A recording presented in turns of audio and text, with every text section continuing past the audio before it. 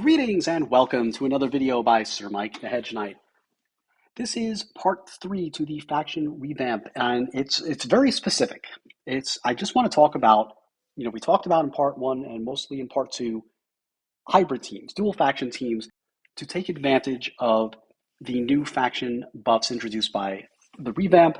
As you recall, there are 13 dual faction characters, but because of some overlap, there are only 11 dual faction combinations. For people that really want to at least explore the idea of these hybrid teams, and if you're having a hard time coming up with combinations, I wanted to put this out there just to show the 4 teams that I came up with. Right now, these teams have done pretty well. Will they stand the test of time? I don't know. I don't know if any of these teams are better than their pure 5-member faction, very high synergy teams like Targaryen fire teams, Stark ice teams, Baratheon gem popping teams. I just don't know. If you're curious about, how to build these teams, and more importantly, and then we'll jump right in. I put these teams together sort of on paper before the revamp went live. At some point a few days ago, my wife was trying to put these together, and she was having all sorts of trouble because I said, "Well, what's the problem?" And she goes, "Well, I got, let's just say Meryn. Well, I got Meryn on my Baratheon Lannister team, but then I had, this other combination with the Lannisters, and I wanted to put Meryn in, but now Meryn's not there. And that's the problem I think a lot of people are running into. It's how do you can make individual hybrid teams, but you've struggled, and again, just speculating, if you've struggled putting together multiple hybrid teams because you've only got, so many good characters, or you have a character that's a key to multiple teams. And you have to, well, if I put them on team A, I can't use them for teams B and C, and I don't know what are the alternatives. How can I do this? And it's frustrated a lot of people. So this is just out there to, hey, here's an example of 4 hybrid teams. They've proven effective. I've done well in war despite the low might totals. And I got to tell you that last team, it's team 5 of my save teams, but it's my 4th best war team. Week 1 in war, when I put it together, the might was under 400,000. And it still won. And it's still won. Because remember, the nice thing about war is your opponents they try to match you with an easy fight, a middle fight, and a tough fight. Now, if your might is, when the might's under 400,000 and you're in tier 2, not going to have any, even the easy fight's going to be tough. But your tough battle or your middle fight, it's not going to be a million, unless you're in a tower where there's only one enemy. Like if you're in red keep phase where everybody is, you're probably going to find someone that's, maybe the tough fight is like 600 or 575, which is high if you're at 400, but it's not a million. So, even having low might in war, you can still take middle and tough fights, and you can still accumulate a very good amount of war trophies. Last week, I broke 6,000 points with these teams. I broke 6. I only came in 3rd because there were some real monsters out there, real solid players. You can win tough fights even with low might teams. First team is Baratheon Lannister. It is led by Blue Joffrey. They gave Blue Joffrey a little bit of a boost. It used to be when enemies drop below 50%, he would spawn 3 coins and destroy 2 gems. Now it's 4 coins and 3 gems. The coins are not super important, other than the mountain, which we'll get to later, but not super important for the team. It's good to have a couple of coins hanging around, so he's going to generate a whole bunch when enemies go to 50%. Really, it's about his gem popping ability. This will cause Blue Joffrey to pop a couple of gems. And remember, popping gems does damage and generates stamina. And if you're lucky, might even create a cascade. Might even create multiple cascades for more damage and for more stamina. So that is the allure of gem popping. Davos is on the team as well. He puts out a bunch of Seekers. When enemies are defeated, if those enemies are scouted, he'll destroy all Seekers on the board. Again, does a whole bunch of damage. Generates stamina, could create some cascades. So those guys are there for the gem popping. Purple Stannis is he's an underpowered character. He's not too short. He's a protector that's not too tanky. He goes down pretty quick. And he also doesn't do a lot of damage. So he's not great. He begins the battle with 50% stamina, and he's got a fast speed skill. So you're going to get him going pretty quick. When he fires off his skill, he taunts. So one of the things this team does is Meryn has a turn 0 taunt. By the time his taunt, I think it's 4 turns, by the time his taunt expires, you've probably gotten Purple Stannis ready. Now he can taunt. So that'll spread the damage between Meryn and Purple Stannis so that they can't get after your fighters and your damage dealers, which is Blue Joffrey, specifically the Mountain, and Davos. Davos for gem damage, and he creates some Seekers. But here's the thing with Purple Stannis. Whenever a power-up is destroyed, and when he uses his skill, he'll create a power-up if you have none. But when a power-up is destroyed, when he's taunting, he removes a buff from all enemies. And you see I've got him at 5-star. I would love to get him up to 6 one day. That would double that effect. Now, not all enemy teams that you go against are buff heavy, but a lot of them are. And a lot of what we're seeing in Raid 1 is we're seeing these, like, what an Alliance member of mine calls the Dunk Lockdown team. Dunk, Marin, Purple Tyrion. Probably with Green Allistons and then, like, whoever, Egg or whatever. It doesn't matter. You just can't cut through that team. What does Dunk do? Dunk throws around a bunch of blocks. Block is a buff. There's a little block icon that comes up, just like Taunt. Taunt is a buff. When someone is taunting, there's a little fist icon under them. When Dunk's block comes up, there's a little yellow shield with like a rock bouncing off of it that comes up. It is a buff that can be removed. So we're seeing more and more of these defensive-oriented teams, or Green Allison, she's putting a bunch of Renew on. You can't pick which buffs will be removed by Purple Stannis, but Purple Stannis, by virtue of his passive, so when he's taunting, as soon as he doesn't taunt for long, a couple of turns, but he creates a power-up, so hit that power up. Hopefully you've already thought in advance. You've created another power up on the board so that you can strip the buffs from the opposition. It can take off some of their taunts. It can take off their blocks. It can reduce some of their renew. So that is what Purple Stannis, I think he's a little bit of an overlooked character. He also has an ally gem with Davos that when you pop, I believe, removes 2 debuffs from 2 random enemies. So it's not everyone, but buff removal is his thing, and against certain enemies, it's pretty good. That's the Baratheon half, and again, 3 of my teams are hybrid Baratheons. 1, because the Baratheons were my primary faction, so I had a lot of them leveled up, but 2, Baratheons give the best attack buff in the game, 30% attack buff, since they fixed it. Week 1 of War, it wasn't working. Week 2, it was. If you played any Baratheons, pure or hybrid, I think you should have seen a pretty good uptick in damage. So I wanted a bunch of Baratheon hybrid teams for that 30% attack buff. It is very, very strong. Then moving on to the last 2 members, I think we're all familiar with Meryn. He's all over the place. He's got a turn 0 taunt. He's not the tankiest of protectors, but if there's enough coins, he gives himself physical and fire resistance. And again, Joffrey will start you with coins, and he generates a bunch of coins. So generally, you're going to have coins in the bank because no one's really spending coins. When Joffrey uses his skill, he needs 2 coins. When Meryn uses his skill, he needs 3. The Mountain doesn't spend any until he's dead. So you're gonna amass a decent amount of coins as combat goes on, to the point that when the 5th member, when Gregor Clegane is taken down, he should have enough. He needs 7 at 5-star, and once you get into 6-star, you need 6 coins to revive. Chances are you will have enough coins in the treasury for him to revive. It is a rainbow team. We've got an attack buff and a Lannister durability buff.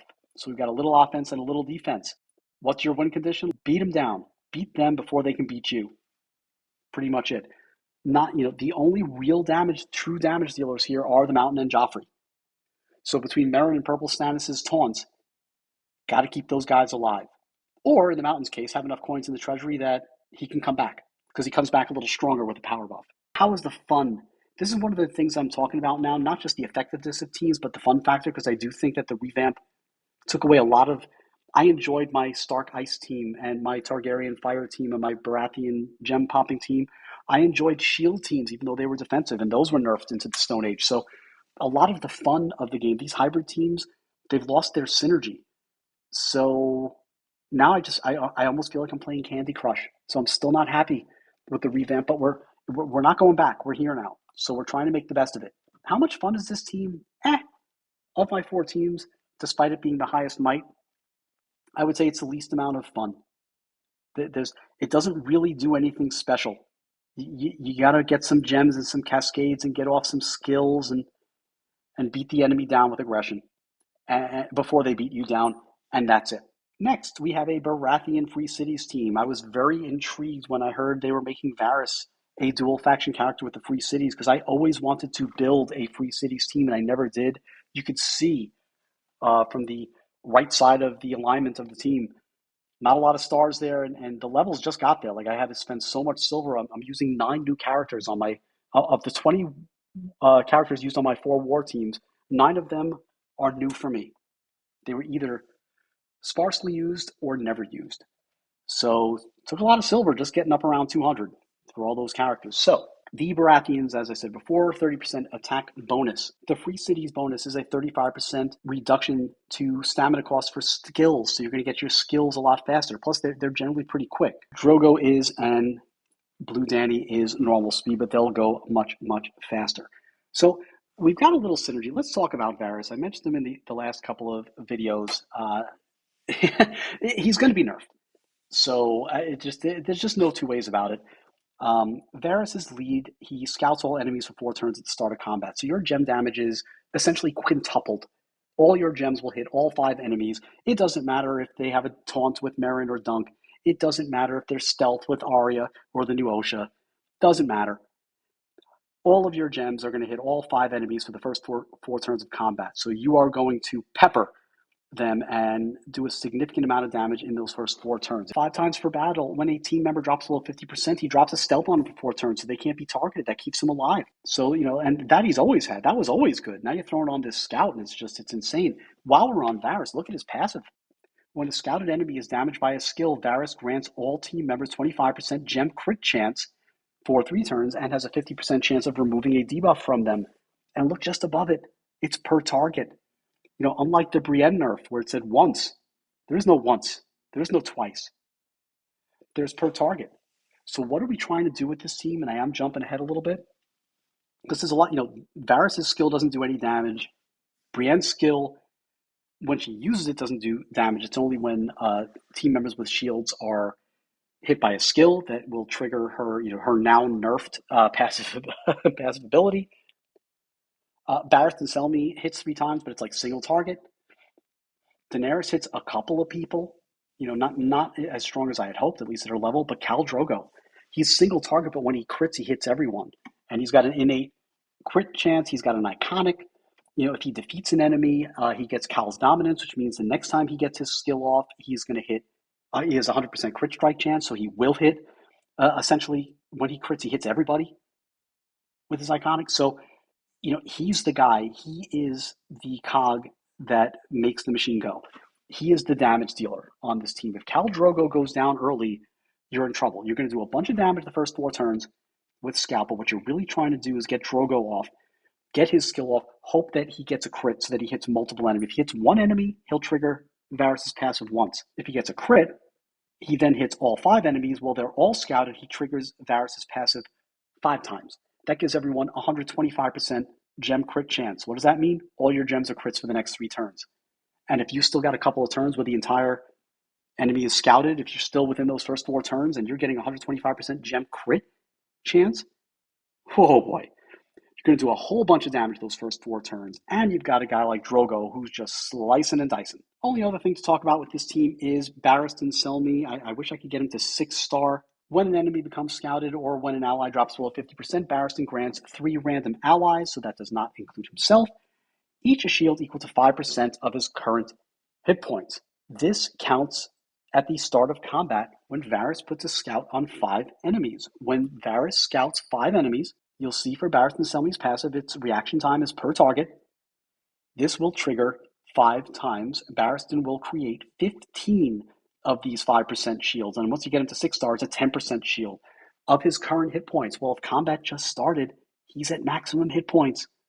Late in combat, when he's beat up, this shield is like a nuisance. It's nothing. At the start of combat, it's a shield. It's a decent shield. It's free hit points. We've got a little bit of synergy between Varys and Barristan Selmy. We got a little bit of synergy between Varys because of his scouts and Khal Drogo's ability to hit multiple targets and his fast speed. Is the team fun? Yeah, a little bit of fun. I hadn't previously played the free cities, but I like that 35% stamina cost reduction. I'm getting my skills more often, and I've got a 30% attack boost from my Baratheons. Yes, Brienne and Varys' skills do not do damage, but Blue Daenerys does, Khal Drogo does, Barristan does a little. They're getting their skills more often, and now they're doing more damage as a result of the 30% attack buff. This team hits hard and hits fast. It has no defense, not really. Barristan can put on a taunt, but as many of us know that have played him, for as far as protectors go, he's a little squishy. Not a good thing for protectors. Brienne, also as we know, Brienne herself is a tank, but she doesn't taunt. So, if she has no taunt on her, they just pick apart everybody else. So not a lot of defense on this team, not a lot of ways of keeping Drogo alive. So you got to get Drogo going early. You got to maximize those first 4 turns of Varys' scout. The best defense is a good offense. Next team is also Baratheons and the Brotherhood. And what makes that possible is Gendry, dual faction Gendry. His leadership ability gives 15% critical strike chance. Also, if a team member critically strikes an enemy with an ability, they remove a buff. So you have a little bit of buff removal like we saw before with Purple Stannis. But really, what's this team about? The Brotherhood gives you 30% crit strike chance. Every character has at least an innate 10% chance. Beric has a little bit more. 10 plus 30 is 40. Throw in Gendry as leader, you're at 55. 55% critical strike chance.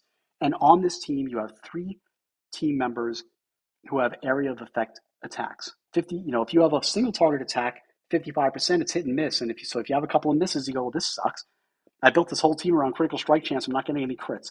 If you're launching AoE attacks and hitting 5 enemies and you're at 55% and you're not getting any crits, then something's broken. I mean, it's possible, but it's pretty unlikely. On top of that, when Gendry gets his skill, at the skill level I've got him at, he gives an individual character another 50%, so he can get you up over 100. Let's talk a little bit more about some of the synergy on this team, and where it really comes from is, of all people, Melisandre. People don't give Melisandre enough credit. Melisandre is a good character. Her AoE doesn't hit that hard, but what does it do? It reduces fire resistance by 40%. What kind of damage does Melisandre do? Fire damage. In addition, she gives all your allies 30% gem damage for 3 turns, so nothing to laugh at there. All of my hybrid teams have 50% gem damage, now you're getting it up to 80%, so that's great. Stannis does fire damage. Stannis is iconic, which at level 15, you got to get Stannis' iconic to 15. So you got to get, if you don't have Stannis at 6-star, and you take nothing else out of this video, get Stannis at 6-star. He's an essential character for events. He's a super strong character. He's one of the premier characters in the game. Then they gave him an iconic that makes him even better. So when each of your allies goes down, he basically gets the damage he does with his iconic is actually greater than his skill at level 9. So it's actually better when Arya dies than him using his own skill. What kind of damage does he do? Fire damage. Last but not least, we have Beric. We've all got a bunch of Beric. What kind of damage does he do? See the theme here? Fire damage. So you've got 3 AoE characters on this team that all do fire damage. Melisandre has a fast speed skill. Melisandre reduces the enemy's fire resistance by 40%. So even though those numbers you saw for the AoE, 80% Melisandre, 135, Stannis 105, Barry, you're like, oh, they're not doing it. You're not doing like a 200, 240% like the Mountain. You're not doing like a big percentage. But when you knock someone's fire resistance down by 40%, I don't know how they do the math behind the scenes. It's not like a 40% boost, but it's a big boost. And remember, we're also getting 30% attack boosts by virtue of having 3 members of the Baratheons. So you've got a 30% attack boost, you reduce someone's fire resistance by 40%, and then you unload with these AoE fire damage hits. And oh, by the way, everybody starts with a minimum 55% critical strike chance. You're going to get a bunch of crits. Beric gets more. He also can put fire on when he crits. Well, fire does fire damage as well. DOT, damage over time. When Gendry gets his skills, what do I do with Gendry? Usually put him on Stannis, because Stannis has his regular skill that he hits with and is iconic when other members of the team go down. We've talked about all this, and we haven't even gotten to poor little Arya at the end. She's very squishy. You see, I only ever 3-star. She's got an iconic as well, but she's got a very fast speed skill. She puts those faceless gems on the board. Those faceless gems, not only do they put people on Arya's list, but they are purple gems. So she's going to put more purple on the board. A big weakness of this team, aside of not having much defense or no defense, is it's a 3-color team. She's going to put more purple on the board. So purple isn't as much of a problem. The real problem is, what if you don't get enough red? And now I can't get Melisandre off, and I can't reduce that fire resistance, and now Stannis doesn't hit as hard, even with his icon. Yeah, that's a problem. So if you don't get a lot of red, it's a weakness. It is a weakness of this team. Also, Arya. Now, Arya is going to go down quick. When Arya goes down, what happens? Triggers Stannis' iconic. Then they take out Gendry. That's why Gendry's in the middle. I don't care if he goes down. I got his leadership ability already. I don't even need his skill for the extra 50%. He goes down, triggers Stannis' iconic. A bunch of those hits are going to be critical hits. So what happens when I play this team? It's a funny thing. Every time I've played this team, it looks like they're going to lose. You fall behind early. Arya goes down fast. Sometimes once I didn't even get her skill. She went down in turn 3 to a basic hit. She got one shot by a bit. I still think it's bugged. I don't know what happened. And But consolation prize, triggered status is iconic. Boom, boom, boom, boom, boom. Crit, crit, crit. Bunch of crits out there doing a whole bunch of damage, getting people low. This team falls behind early, but if you can get a couple of purple matches and more than a couple of red matches, you need more than two red matches to get status going. Even Melisandre at her fast speed. But I've got them boosted up pretty good, 6-star level 325, so they've got some survivability. And this team looks for all the world like it's going to lose, and then you'll have a 1 or 2 turn combo where you win. And I don't mean you go from losing to winning. I mean win as in the combat is over. Because you're getting Melisandre off, you're reducing fire resistance, and then all your hits are crits. Bang, bang, bang, crit, crit, crit. And what I've seen also is this weird chain reaction, because a lot of people use Stannis on their team because of his iconic, even if it's not a full Baratheon team. So what happens is you use a skill to hit the enemy, you're getting a whole bunch of crits against them, you kill one of their members, that triggers the enemy's Stannis to hit your team. Well, that kills your Arya. That triggers your Stannis to hit his team. And it just so I had one war fight that it was like salvos back and forth because of Stannis. Bang, bang, bang. But fortunately, my Stannis killed their Stannis first. And that ended the chain reaction of them killing us. But this team falls behind, and then when you, because it's a skill damage team, even with the 50% gem damage, you're not killing them with gem damage. Arya's a marksman. You've got some fighters here. You're winning with skill damage with critical skills. So you get those skills. Melisandre goes right before Stannis more often than not. Hopefully you've got Beric ready to go around the same time. And then bang, bang, bang. And when you AoE an enemy team and you're hitting 4 or 5 crits per salvo, they're going to go down quick. Is this team fun? Yeah, a lot of fun. And don't forget, Beric comes back to life. So if Beric goes down, he triggers Stannis' iconic, he can come back and die again. But more importantly, once in a while, Beric will bail you out, because when Beric comes back to life against those debuff teams like ice teams and fire teams, he comes back clean. He has no ice. He's not brittle. Or against fire, he doesn't have any stacks of fire. So when Red Daenerys goes against him, he brushes it off. So he doesn't come back super strong, but he comes back long enough that you can get a few more gem matches. And now with his iconic, he comes back with 75% stamina. So you're only like one decent gem match away from him going off again, and then crit, crit, crit. Boom, boom, boom. That's what this team does. This is a fun team to play. Fun and fast, not a lot of defense. As I said, weakness in that it is only 3 color. And last, but by no means least, because in fact, this is actually, it's my lowest might team. They are all new characters for me. I didn't play any of these or even own some of these characters when the revamp came out. But before the revamp came out, I was doing some theory crafting and I came up with this team, and I called them my dream team. Now, they are not a dream team at 3 and 4 star, but if they were all 6 or 7 star, this is a team I would use. I think in Raid, I have seen it a little bit at Gold 1. I don't know if it's on the Iron Throne. More popular is Dunk Merrin, Purple Tyrion, the lockdown teams. But this is the team that in my head and on paper I put together, and I played them. I haven't lost them yet in war, despite the low might. What does this team do? It's a Blacks Targaryen team. It is the only Blacks dual faction team that is currently possible. The Blacks give you 30% defense. The Targaryens give you 25% durability. So both faction buffs are defensive buffs. On top of that, do we really need to talk about Dunk as a defensive character? I think we all know by now. If you're in Gold 1 and you don't know what Dunk does yet, then I call BS. You're not in Gold 1. Like Dunk is all over the place at Gold 1, and I'm certain at the Iron Throne. So Dunk is a very strong defensive character, can put on taunt and sprinkles out blocks. What else do the Blacks do? They build Fury. And one of the things that makes this team go is Jace. And if you watch my Jace video, I said he's an okay character unless he's the leader.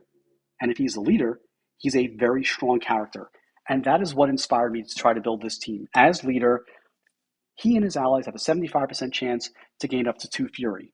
When you combine that with the first part of Purple Rhaenyra's passive, when allies, but not her, gain Fury, they have a 50% chance to gain an additional Fury. Now, I only have her at 4. Like I said, this is the dream team when you get up around 6 stars. Specifically Purple Rhaenyra to 6, because that 50% becomes 75. So if Jace has a 75% chance to start you with 2 Fury, and again, it's not going to be all or nothing. It's 0, 1, or 2. They're separate roles, 75% per each Fury that you may start with. But as long as you gain one Fury, there's a 50% chance Rhaenyra will give you an additional one.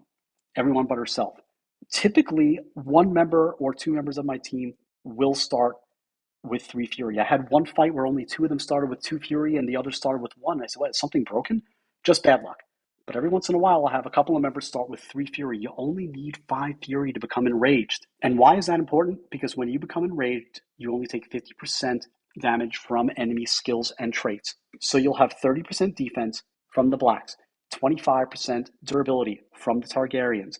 You get to enrage pretty quick. Now you take 50% damage from enemy skills and traits. And then, if that's not enough, Dunk's throwing blocks around like candy on Halloween.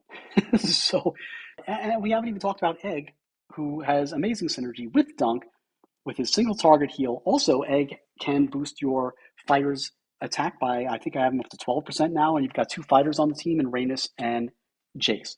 They're single target hits, but they're fighters, so Egg will give them a little bit of a boost. Jace will also give some critical strike chance for a couple of turns when he uses his skill, and whenever he gains a Fury, which he does when he uses his skill, gives out some critical damage. I think about 10% each. So this team, I can't think of a better defensive team. I don't see it. Defense buff, durability buff, quick to become enraged for a 50%, essentially like 50% durability. Probably the best tank in the game who also throws out a bunch of blocks. Can't think of a better defensive team in the game. What's the problem? Offense.